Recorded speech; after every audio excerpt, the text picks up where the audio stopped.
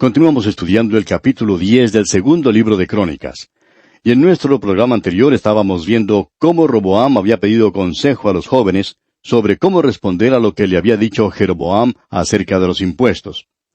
Y vimos que él dejó de lado el consejo que le dieron los ancianos y consultó con los jóvenes y decidió tomar el consejo que le dieron los jóvenes. Entonces, cuando Jeroboam vino para recibir la respuesta del rey Roboam, el rey le dio esta respuesta áspera, el consejo que le habían dado los jóvenes. Y usted puede ver que los otros consejeros habían dicho en realidad que el padre, o sea Salomón, había grabado impuestos muy elevados sobre esta gente. Y le dijeron a Roboam que ya era tiempo de detener ese programa de edificación y hora de acabar con todos esos gastos del gobierno. O sea que había llegado la hora de reducir los impuestos. Pero Roboam no quiso escuchar el consejo de los ancianos. De paso, permítanos preguntarle, amigo oyente, si ha oído usted alguna vez de algún gobierno que haya reducido los impuestos. Todos los políticos que están tratando de conseguir un puesto en el gobierno prometen reducir los impuestos. Uno puede votar por media docena de presidentes y cada uno de ellos promete disminuir los impuestos. Pero los impuestos de uno siempre siguen subiendo. Uno puede votar por gobernadores y por alcaldes y por diferentes personas y todos están prometiendo lo mismo, pero nunca hemos visto un gobierno que llegue a reducir sus impuestos. Siempre continúan subiendo. Y eso es lo que está ocurriendo aquí en el reinado de Roboam. Es muy interesante porque la naturaleza humana nunca cambia. Lo que en realidad ocurrió allí fue esto, y dice el versículo 16, «Y viendo todo Israel que el rey no les había oído, respondió el pueblo al rey diciendo». Ahora aquí podemos notar que se menciona el término Israel. En realidad significa aquí las 10 tribus. Ahora Judá, cuando se menciona la tribu de Judá, comprende las tribus de Judá y Benjamín. A veces estos términos se intercambian. En otras palabras, a veces el reino del sur se llama Israel. Dios los mira a ellos como una unidad, pero ellos están divididos sobre este asunto. Así que leemos en los versículos 16 hasta el 18 que el pueblo respondió al rey diciendo, «Y viendo todo Israel que el rey no les había oído, respondió el pueblo al rey diciendo, ¿qué parte tenemos nosotros con David? No tenemos herencia en el hijo de Isaí. Israel, cada uno a sus tiendas. David, mira ahora por tu casa». Así se fue todo Israel a sus tiendas. Mas reinó Roboam sobre los hijos de Israel que habitaban en las ciudades de Judá. Envió luego el rey Roboam a Adoram, que tenía cargo de los tributos, pero le apedrearon los hijos de Israel, y murió. Entonces se apresuró el rey Roboam, y subiendo en su carro, huyó a Jerusalén. En otras palabras, Roboam envió a un recolector de impuestos para recoger los mismos, pero fue muerto por la gente. Roboam no se había dado cuenta cómo se sentía la gente. Y en el versículo 19 leemos, «Así se apartó Israel de la casa de David hasta hoy».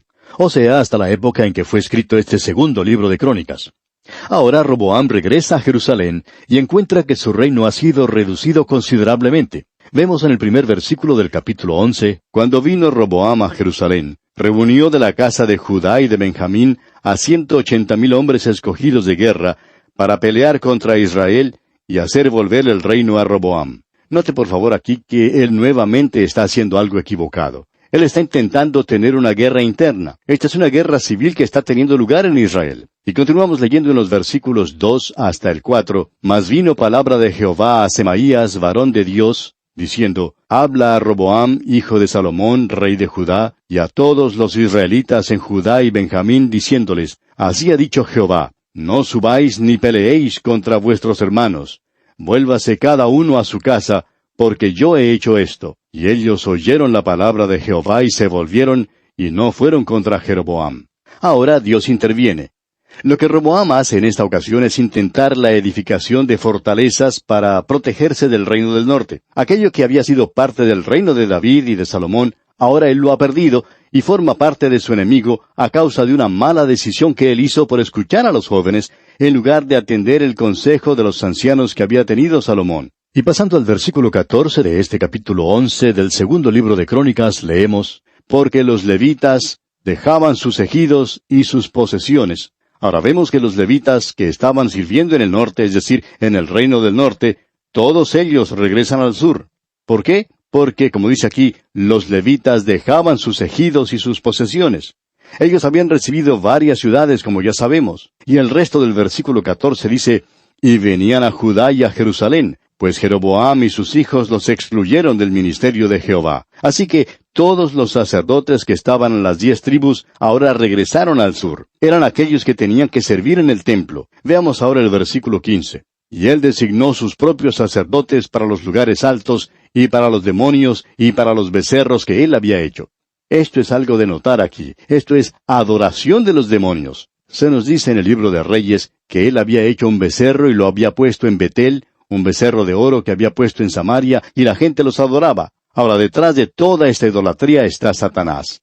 Esta es la adoración de Satanás. Quizá usted, amigo oyente, tenga el privilegio de visitar algún día las 7 iglesias de Asia. Usted recordará que el Señor le había dicho a la iglesia en Pérgamo que moraba donde está el trono de Satanás. Allí se encuentra su centro principal. Esa es una ciudad que se ha entregado completamente a la idolatría como ninguna otra. Detrás de esa idolatría se encuentra el demonismo, y el demonismo se manifiesta en muchas maneras diferentes.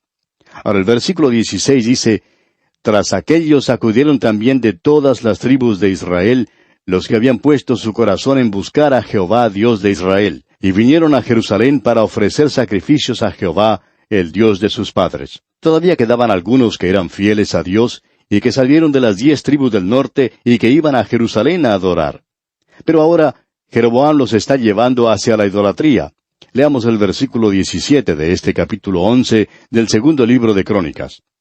«Así fortalecieron el reino de Judá, y confirmaron a Roboam, hijo de Salomón, por 3 años, porque 3 años anduvieron en el camino de David y de Salomón». Tenemos algo aquí mencionado, y usted puede notar que se hace referencia a varios de esos nombres. Y porque está en la Biblia, hay muchos que piensan que por esa sencilla razón Dios aprueba eso. No, amigo oyente, Dios lo menciona para dejarnos saber a usted y a mí que Él no aprueba eso. Ahora este hombre Roboam hizo algo malo al no escuchar a los consejeros de Salomón su padre y escuchar en cambio a los jóvenes. Él estaba equivocado al tratar de llevar una guerra contra el reino del norte. Ahora él está errado en esto también. ¿Qué es lo que está haciendo? Bien, veamos el versículo 21. «Pero Roboam amó a Maaca, hija de Absalón, sobre todas sus mujeres y concubinas, porque tomó 18 mujeres y 60 concubinas, y engendró 28 hijos y 60 hijas». Podemos ver con esto y con lo que se nos dice en el versículo 23, que él deseaba muchas mujeres. Esto es algo que Dios condena, amigo oyente. Está mencionado aquí porque esto es historia, esto es lo que él hizo. Y esta es una de las muchas cosas que Dios condenó en él y por las cuales él descendió a lugares tan bajos. Ahora se nos dice en el primer versículo del capítulo 12 lo siguiente, escuche usted. «Cuando Roboam había consolidado el reino, dejó la ley de Jehová y todo Israel con él». Él había dejado la ley de Jehová y se había ido a la apostasía, y eso está errado de su parte. Dios dice que él se olvidó de la ley, de su ley, y Dios nota aquí que él hizo esto. Él tomó todas esas mujeres y sus concubinas, y él trajo castigo sobre castigo en el reino. Amigo oyente, grábese esto. Dios nunca aprobó eso. Creemos que una de las ilustraciones más notables que podemos tener es la de Abraham. Aquellos que dicen, pero mire Abraham, él tomó a Agar y tuvo ese hijo Ismael, y él no sufrió nada por eso. Pero no es así, amigo oyente. Él sí que tuvo que sufrir. Y aún en el día de hoy se está sintiendo entre los habitantes de este mundo la falta que Abraham cometió. ¿Cuál es el problema en el Medio Oriente? Bueno, el gran problema allí, amigo oyente, tiene que ver con los hijos de Abraham. Usted tiene por un lado a Israel y por el otro lado a los árabes. ¿Y quién es el árabe? En cierta ocasión, el autor de estos estudios bíblicos, el Dr. J. Vernon McGee, estuvo visitando la ciudad de Jericó, y él solicitó a un guía que le mostrara los lugares de más importancia. Él quería la ayuda de alguien que conociera bien el lugar, y pudo conseguir un guía que tenía mucha experiencia en esa zona, y que le fue de gran ayuda. Cuando se encontraban caminando y hablando sobre esa tierra, el Dr. McGee le dijo que Dios le había dado esa tierra a Abraham y a sus descendientes. Entonces el guía, que era un árabe, sonrió y le dijo, «Dr. McGee, yo soy tan hijo de Abraham como cualquier judío que esté viviendo en el día de hoy». ¿Y sabe una cosa, amigo oyente? Tenía razón ese señor. Él es un descendiente de Ismael. Él hablaba del hecho de que siendo un ismaelita, él podía llevar su ascendencia hasta Abraham. Ahora, ¿aprobó Dios eso? No, amigo oyente. Dios nos habla de eso como historia y Él está permitiendo que usted, amigo oyente, juzgue por sí mismo para ver si Él desaprobó eso o no. Nunca hubo una bendición en eso. Y eso ha sido como una llaga en la carne a través de todos los siglos. Dios condena esas cosas. Ahora Dios lo menciona aquí, pero lo menciona para que usted tome nota de la rebelión de Jeroboam y de las malas decisiones hechas por parte de Roboam. Parecería que Roboam no podía hacer decisiones muy buenas. ¿Y qué es lo que Dios permite ahora?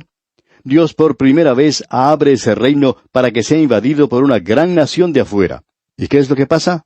Bueno, leamos los primeros 2 versículos de este capítulo 12 del segundo libro de Crónicas.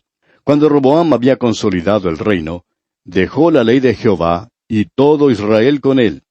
Y por cuanto se habían rebelado contra Jehová, en el 5º año del rey Roboam, subió Sisac, rey de Egipto, contra Jerusalén. Allí tenemos lo que pasa. Él tomó a Jerusalén y se llevó mucha de la riqueza que había en ese reino. ¿Y qué pasó? ¿Usted recuerda los escudos de oro que David había traído y que Salomón había colocado en ese lugar? Bueno, en el versículo 10 leemos, «Y en lugar de ellos hizo el rey Roboam escudos de bronce, y los entregó a los jefes de la guardia, los cuales custodiaban la entrada de la casa del rey». Ahora este hombre tiene que comenzar a traer cosas que son inferiores. Ya no tienen más los escudos de oro, ahora tienen los escudos de bronce. ¿Qué pasó? El juicio de Dios está sobre ellos por causa de sus pecados. Ahora el versículo 11 dice, «Cuando el rey iba a la casa de Jehová, venían los de la guardia y los llevaban, y después los volvían a la cámara de la guardia». Lo que él hizo fue simplemente esto. Este hombre no había guardado la ley de Dios. Él había abandonado la palabra de Dios, y cuando él hizo eso, Dios hizo algo que no había hecho nunca antes. Él había puesto una muralla alrededor de su pueblo, y las grandes naciones de esos días nunca habían tenido la oportunidad. No se les había permitido entrar en ese territorio. Pero ahora lo pueden hacer. Primero fue el rey de Egipto, Sisac. Él entró y se llevó un gran botín, se llevó mucha riqueza. Entre las cosas que se había llevado se encontraban los escudos de oro. Ahora Roboam ha sustituido eso con algo que es muy inferior. Él ha hecho ahora escudos de bronce y los ha colocado en el lugar donde antes estaban estos escudos de oro. Esta fue una experiencia muy humillante para Roboam. Él había sido criado en un reino con muchas riquezas, como lo fue el de Salomón, y también había podido observar todas las bendiciones que habían recibido. Él pensaba que quizá eso continuaría para siempre, pero ahora él puede ver que el fin de todo eso se acerca. Y leemos en el versículo 12, «Y cuando él se humilló, la ira de Jehová se apartó de él, para no destruirlo del todo, y también en Judá las cosas fueron bien». Esta es una declaración bastante interesante. En el momento en que ellos se volvían, este hombre se humillaba, es decir, se volvían a Dios, Dios inmediatamente quitaba el juicio que había puesto sobre él y el pueblo de Judá. Y el versículo 13 de este capítulo 12 del segundo libro de Crónicas dice, «Fortalecido pues Roboam reinó en Jerusalén, y era Roboam de 41 años cuando comenzó a reinar, y 17 años reinó en Jerusalén, ciudad que escogió Jehová de todas las tribus de Israel, para poner en ella su nombre. Y el nombre de la madre de Roboam fue Naama Amonita». Esta última frase es de sumo interés. Usted recordará que David era bastante amigo de los amonitas. Aunque ellos habían hecho guerra contra él, David había sido bastante amigable con ellos. Y vemos aquí que Roboam, el hijo de Salomón, tenía como madre a una mujer de los amonitas, y eso probablemente tenía que ver con el carácter de este hombre. Como hemos visto allá en los libros de Reyes, Dios cita siempre la madre del rey. ¿Por qué? Porque ella tiene parte de la responsabilidad. Si él llega a ser un buen rey, el mérito de ella es reconocido. Pero si el hijo llega a ser malo, un maligno, ella también recibe parte de la culpa que se merece. Ahora se nos dice aquí en los versículos 14 al 16 de este capítulo 12 del segundo libro de Crónicas, «E hizo lo malo porque no dispuso su corazón para buscar a Jehová». Las cosas de Roboam, primeras y postreras, no están escritas en los libros del profeta Semaías y del vidente Ido, en el registro de las familias, y entre Roboam y Jeroboam hubo guerra constante. Y durmió Roboam con sus padres, y fue sepultado en la ciudad de David, y reinó en su lugar Abías su hijo. Usted puede notar que ahora el énfasis se pone en el reino de Judá en el sur, del linaje de David. Llegamos ahora al capítulo 13 de este segundo libro de Crónicas. Y leemos en los primeros 2 versículos, «A los 18 años del rey Jeroboam, reinó Abías sobre Judá, y reinó 3 años en Jerusalén. El nombre de su madre fue Micaías, hija de Uriel de Gabaa, y hubo guerra entre Abías y Jeroboam». Usted puede ver que la guerra interna, la guerra civil, continúa todo el tiempo. Ahora podemos notar en los versículos 3 hasta el 6, entonces Abías ordenó batalla con un ejército de 400,000 hombres de guerra, valerosos y escogidos. Y Jeroboam ordenó batalla contra él con 800,000 hombres escogidos, fuertes y valerosos. Y se levantó Abías sobre el monte de Semaraim, que está en los montes de Efraín, y dijo, Oídme, Jeroboam y todo Israel. ¿No sabéis vosotros que Jehová, Dios de Israel, dio el reino a David sobre Israel para siempre, a él y a sus hijos, bajo pacto de sal? Pero Jeroboam, hijo de Nabat, siervo de Salomón, hijo de David, se levantó y rebeló contra su señor. Bueno, ya hemos visto que había una razón para ello, y creemos que una razón bastante suficiente, las cosas disparatadas que había hecho Roboam. Y se nos dice luego en el versículo 7, y se juntaron con él hombres vanos y perversos, y pudieron más que Roboam, hijo de Salomón, porque Roboam era joven y pusilánime, y no se defendió de ellos. Lo interesante aquí es que él no era solamente joven, tierno y pusilánime, como se nos dice aquí, sino que también era bastante tonto y disparatado. La intención de Abías era la de hacer volver las 10 tribus del reino, pero eso ya no tiene ningún resultado porque Jeroboam se ha hecho rey a sí mismo y él no está tratando de llegar a ningún acuerdo ni de hacer la paz. Y pasando al versículo 13 leemos hasta el versículo 17, Pero Jeroboam hizo tender una emboscada para venir a ellos por la espalda, y estando así delante de ellos, la emboscada estaba a espaldas de Judá. Y cuando miró Judá, he aquí que tenía batalla por delante y a las espaldas, por lo que clamaron a Jehová, y los sacerdotes tocaron las trompetas. Entonces los de Judá gritaron con fuerza, y así que ellos alzaron el grito, Dios desbarató a Jeroboam y a todo Israel delante de Abías y de Judá, y huyeron los hijos de Israel delante de Judá, y Dios los entregó en sus manos. Y Abías y su gente hicieron en ellos gran matanza, y cayeron heridos de Israel 500,000 hombres escogidos. Esa fue una matanza muy grande aquí en esta guerra civil provocada por el pecado del pueblo. Y continuamos con los versículos 19 y 20. Y siguió Abías a Jeroboam, y le tomó algunas ciudades, a Betel con sus aldeas, a Gesana con sus aldeas, y a Efraín con sus aldeas. Y nunca más tuvo Jeroboam poder en los días de Abías, y Jehová lo hirió y murió. Ahora este es el castigo de Dios sobre Jeroboam por haber dividido a la nación. Y los dos últimos versículos de este capítulo 13, del segundo libro de Crónicas, versículos 21 y 22, dicen, Pero Abías se hizo más poderoso, tomó 14 mujeres, y engendró 22 hijos y 16 hijas.